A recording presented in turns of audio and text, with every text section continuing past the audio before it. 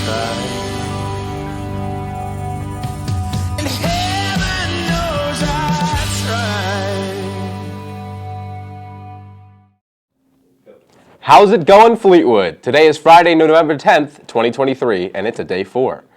Here at Fleetwood, we get down to business, and there's no better way to help us celebrate by participating in our Business Week Spirit Days. Beginning Monday, November 13th, we've got Wear Your Blue and Gold to celebrate FBLA. This Tuesday, November 14th, we've got Go Back in Time to Zoom Meeting Day, so make sure you dress professionally on top, but keep on some comfy bottoms. Wednesday, November 15th is Crazy Sock Day. Thursday, November 16th, wear your white for Whiteout. And finally, Friday, November 17th is Red and White to support the Roar Store and their business endeavors. Our Drama Club has been cooking up something special in these past few months for all of us here at Fleetwood. Here to tell you more about what's going on is Intro to TV Media's Chase Bildheiser.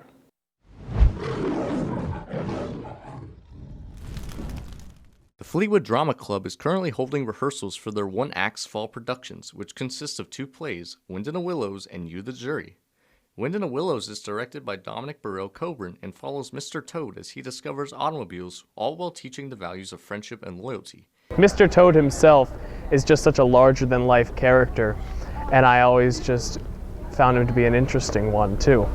Because though the show is family-friendly, it does have some deeper messages, and it's almost an allegory. The Jury is directed by Caitlin Geist. The story revolves around Bill, who is accused of stealing money from Miss Townley while doing odd jobs for her.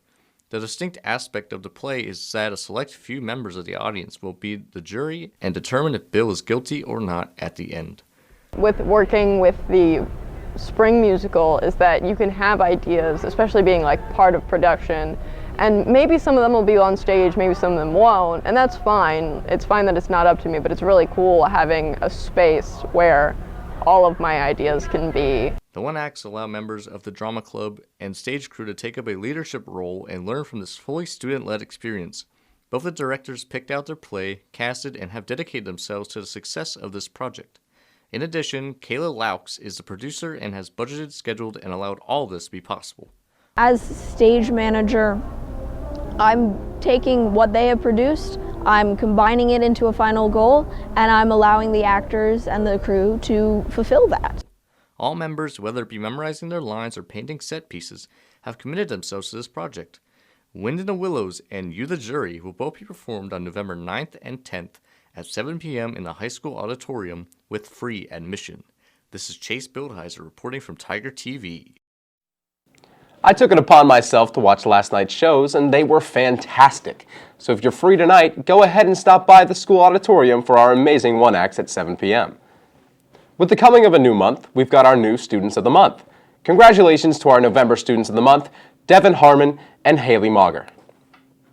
Babysitters are needed for tonight for the Andrew Mayer PTC meeting. If you're free tonight at 6:45 p.m. to 8 p.m., please consider coming to help out. If you need volunteer hours, this is a great way to rack them up. Contact the office if you're interested.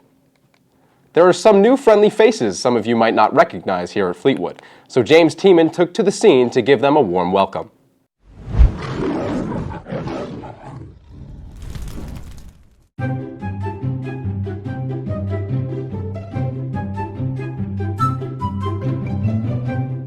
What brought me to Fleetwood is Miss Nyman reached out to me in an email and told me that there was a job opening. So my family and I moved in November, and it's just a beautiful area. I started substitute teaching in the fall of last year. So I did my internship here when I was doing my master's degree. But what's keeping me at Fleetwood is I really enjoy the student involvement, and I really like how proud everyone is to work at Fleetwood. And I was lucky enough to get a job here. And I loved the environment here, and I loved the counselors who worked here. And they asked me to come on board full-time in the spring, so I joined the staff then. If I could bring anything to an island, I'd definitely bring my cat. I'd have to bring my bed pillow. A book. I love to read. All right, this is a tricky one. I love my cat. She is always next to me, and I think she'd get lonely if I wasn't home all the time, so she'd have to come with me. If I could get the right kind of sleep, I could accomplish anything else. And Sounds like nice, peaceful, quiet space that I could read my book. First thing I would want to say is a hairbrush, but maybe a good book. That's a good question. I like my favorite movie because I love superhero movies. So my favorite movie is probably any of the Harry Potter movies. My favorite movie is The Sandlot. Because people band together for a good cause. I think it's always good when people, unite together for something that's worthy. And so it's something that my mom and I share together that we both really like it. So it just makes me feel happy. I like all the Marvel movies pretty equally, but I love to watch superhero movies. I really like action. It's my favorite type of movie. I also like comedies, and I feel like Marvel movies just put it all together. It's a picture of what it feels like being a neighborhood kid. Ooh, homemade, I don't know, I like them both, but I would say homemade mac and cheese is tops. I am always a homemade mac and cheese type of gal. I love the breadcrumbs on top. I've got to give it to the Kraft mac and cheese because it's the same every time. I like to make homemade mac and cheese. That's like my favorite dish at Thanksgiving, so I'm always homemade mac and cheese. I like the taste of homemade better, but if I just need to eat some mac and cheese in a hurry, Kraft is a lot quicker. So I'd probably say homemade if I had the choice and unlimited time. It's like in between fall and winter. Fall. The season is the fall. I really like the fall, but I love when it gets cold, and I love the holiday season. I would say probably fall. I love the changing colors of the leaves. Just the colors, the weather, and it's my birthday. So I would say maybe winter, actually. If you see any of our new staff members throughout the halls, make sure you give them a kind greeting to show your Tiger pride. Join the Roar Store on November 10th to celebrate Veterans Day. Buy one of their 2023 Veterans Day t-shirts, long sleeve shirts, or hooded sweatshirts from the Roar Store. A portion of each sale will be donated to Keystone Military Families. Stop by the Room 13 to get your shirt today. It's time to go skiing and snowboarding. Don't let the cold weather stop you from enjoying this winter sport. Join the Ski and Snowboarding Club at Bear Creek for 6 Thursdays throughout January and February. Stop by the main office for sign-up papers. All paperwork is due December 1st. Get your shred on. Fleetwood celebrated its 150th anniversary with a gigantic parade this year. Our Tiger TV team set out to give you more insight.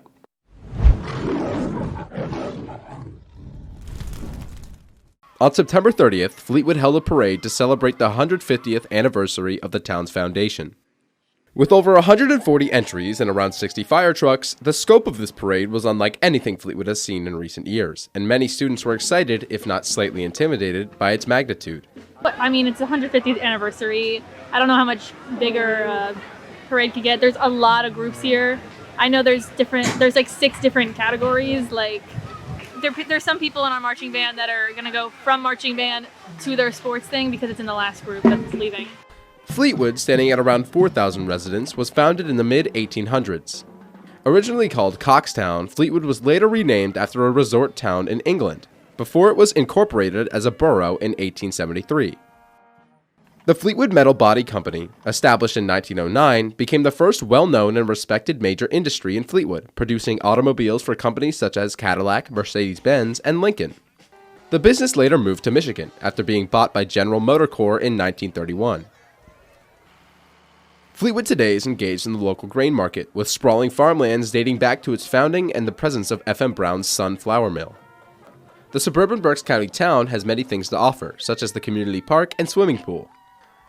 To celebrate its birthday 150 years ago, the Borough of Fleetwood held fun-filled events from September 28th to the 30th, with a mini carnival and a business fair for the community to engage in.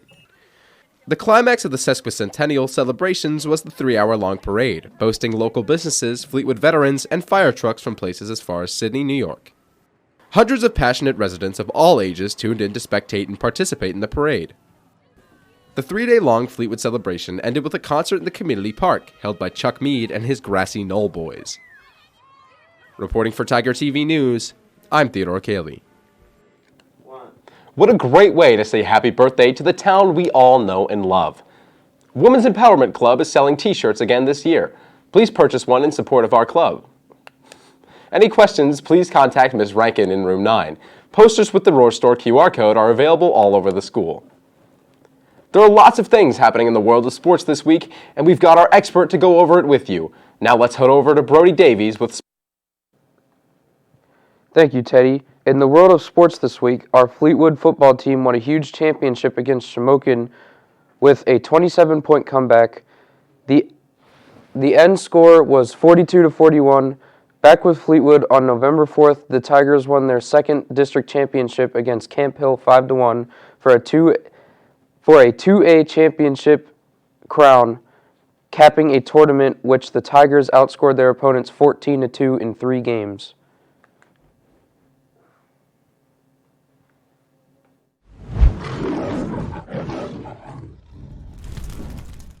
On November 1st, the Texas Rangers won the MLB World Series 4-1 against the Arizona Diamondbacks. In Game 1, the Rangers scored 2 runs in the first inning. Evan Carter hit a double, scoring their second run for the inning. Later in that game, the Diamondbacks answered back with 3 runs. The Rangers then scored 1 run, making it a 3-3 game. And in the next 2 innings, the Diamondbacks scored 2 runs, making it a 5-3 game. The Rangers in the bottom of the 9th inning were down by 2 runs, but were able to tie the game up by a 2-run home run by Corey Seager. Finally, in the 11th inning, Adolis Garcia hit a walk-off home run that went 373 feet, winning the Rangers Game 1 of the World Series. In the second game of the World Series, it went scoreless into the 4th inning when the Diamondbacks hit a solo home run, a double, and a single to make the game 2-0. Gurriel with a base hit. Here comes Pham. Here comes Carter's throw. It's cut off. Later in the inning, the Rangers hit a solo home run. The score is now 2-1. The Rangers were never able to connect for the rest of the game while the Diamondbacks kept scoring runs. The final score was 9-1. Now the series is tied up 1-1. In Game 3, Nathaniel Lowe hit a double to get the Rangers started. Marcus Simeon hit a double, driving in their first run. It's on the move, not gonna get there. Next, Corey Seager hit another home run, bringing in Simeon. The Rangers scored all of their runs in the 3rd inning, totaling 3 runs. The Diamondbacks went until the 8th inning without scoring till a double by Perdomo, hitting in a run. Here comes Rivera. The Diamondbacks lost the game 3-1. Now the series is 2-1. In Game 4, the Rangers are on fire and are able to score 10 runs in just first 3 innings. Catches a ball back to left field. Gurriel to the wall. Goodbye. It is a rout in Game 4. But later, Arizona was trying to come back in the 8th and 9th inning, but weren't able to succeed. After only scoring 7 total runs, 6 of which in the 8th and 9th inning. The final score was 11-7. The series is 3-1. The Rangers need to win just one more game to win the whole World Series. In Game 5, it went scoreless into the 7th inning and was looking promising for the Diamondbacks to lead a comeback to win the World Series. Hits from Carter and Seager allowed the Rangers to score 1 run in the 7th. Pulls one into right center field, and it's back-to-back hits. Cut off by Carroll. Seager to 3rd, Carter to 2nd. He's in. But for the Diamondbacks, their luck ran out as the Rangers scored a combined 5 runs in the last 3 innings. But the Rangers put the nail in the coffin by scoring 4 more runs in the top of the 9th inning. Back. It is gone. Texas on the verge. And the Diamondbacks weren't able to score at all in the bottom of the 9th. The Rangers won the World Series, making it a first in their franchise history. Reporting for Tiger TV News, I'm James Tiemann. In the bigger world of sports, the Sixers went on to defeat the Celtics this week. Embiid with 27 and Maxey with 25. This makes the Sixers 6-1 at this moment. In the NFL last Sunday, the Eagles played the Dallas Cowboys. The Eagles came up on top with a score of 28-23. This puts the Eagles 8-1 this season so far. That is the best win rate in the NFL right now with an 88% win rate. We've got some pretty impressive scores in Philly right now, but that's all for sports. Back to you, Teddy. Thanks, Brody. I've actually got some special information regarding our boys' awesome achievements in sports this postseason. In celebration of our boys' soccer team winning the Boys 2A District 3 Soccer Championship and the football team winning the Eastern Conference Class 4A Championship, the Roar Store is selling merchandise for each team to commemorate their victories. Orders will be taken online through November 17th. Don't miss your chance. If you have any questions regarding this sweet release, stop by the Roar Store in room 13. Now it's time for our weekly segments. Here's Mr. Dreisbach with our beloved Random Ramble.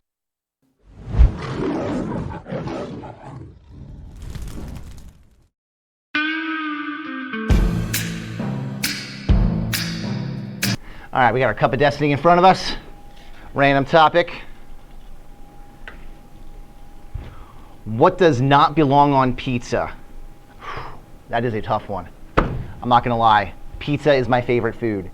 That is like the one food I cannot live without. I eat pizza with Mr. Carr and Mr. Casola like every week on a Wednesday, unless it's a block day, then it's a Thursday. We'll get a variety of toppings. Any meat goes good on a pizza. Personally, I'm not a fan of vegetables on my pizza. Okay, remember, mushroom, not a vegetable, that's a fungus. So I don't like the green peppers and onions, anchovies. Take that off my pizza. Pineapple, I'm not gonna be a hater. Some people like it, some people don't. Thank you for that, Mr. Dreisbach. We can't wait to see what topic you pick next week. Well, this is it. It's time for our weekly weather report. Coming to you live is Danny Orozco to tell you what's going on in the clouds. Thank you, Teddy, for that introduction. And now we're going to get on with the weather. The weather today is looking rather partially cloudy, but throughout the whole day, it's going to be rather chilly, so I'd rather recommend you wear a sweater throughout the day.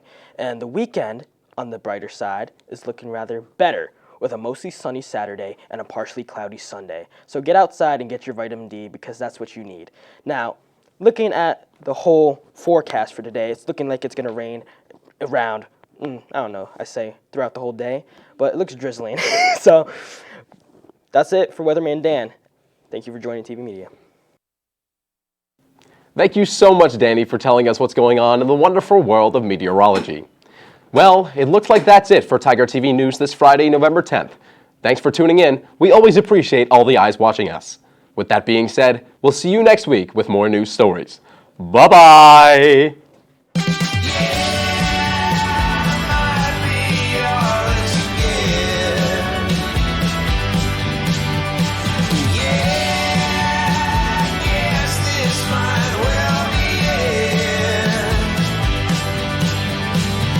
Heaven knows I tried.